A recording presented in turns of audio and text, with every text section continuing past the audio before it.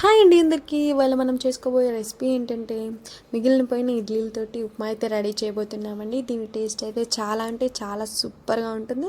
మీకు వీడియో కనుక నచ్చితే ఒక లైక్ ఇచ్చుకోండి, సబ్స్క్రైబ్ చేయడం మాత్రం మర్చిపోకండి. ఎలా వచ్చిందో కామెంట్ సెక్షన్లో కామెంట్ చేయండి. మీ ఇంట్లో కూడా ట్రై చేసుకోండి. ఇంకెందుకు లేటు, ప్రాసెస్లోనికి వెళ్ళిపోదాం.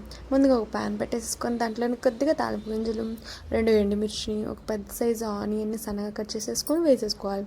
అవి కొద్దిగా ఎర్రగా వేగిన తర్వాత దాంట్లోని కొద్దిగా చిటికెడు పసుపును వేసేసుకొని బాగా కలిపేసేసుకోవాలి.